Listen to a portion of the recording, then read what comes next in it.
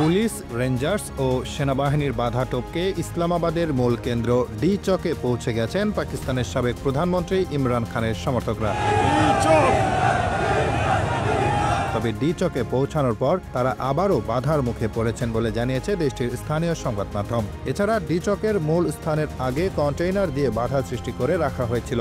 সংবাদ মাধ্যম দ্য ডন জানিয়েছে, ডি চকে ইমরান খানের সমর্থকদের লক্ষ্য করে ব্যাপক কাঁদানে গ্যাস ছোড়া হয়েছে। গত রোববার সারা দেশ থেকে ইসলামাবাদের উদ্দেশ্যে রওনা দেন ইমরানের সমর্থকরা। তারা সাবেক প্রধানমন্ত্রীর মুক্তি ও এই সরকারের পদত্যাগ দাবি করেছে।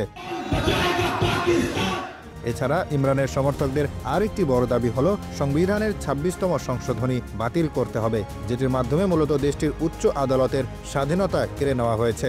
ডিচকে উপস্থিত ডনের সাংবাদিক জানিয়েছেন, তিনি ইমরানের কয়েক ডজন সমর্থককে কন্টেইনার বেয়ে অপর পাশে যেতে দেখেছেন। ওই সময় একটি কন্টেইনারের উপর সেনাবাহিনীর সদস্যদের দাঁড়িয়ে থাকতে দেখা গেছে।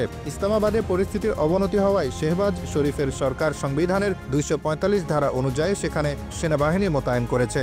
অপর সংবাদ মাধ্যম দ্য এক্সপ্রেস ট্রিবিউন জানিয়েছে, ইমরান খানের স্ত্রী বুশরা বিবির নেতৃত্বাধীন বিশাল বহর ইসলামাবাদের জিরো পয়েন্টে এসে পৌঁছেছে। তারা সেখানে পৌঁছানোর পর তাদের লক্ষ্য করে বিপুল কাঁদানে গ্যাস ছোড়া হয়। অপরদিকে ইমরানের সমর্থকদের আইন শৃঙ্খলা রক্ষাকারী বাহিনীর সদস্যদের লক্ষ্য করে ইটপাটকেল নিক্ষেপ করতে দেখা গেছে।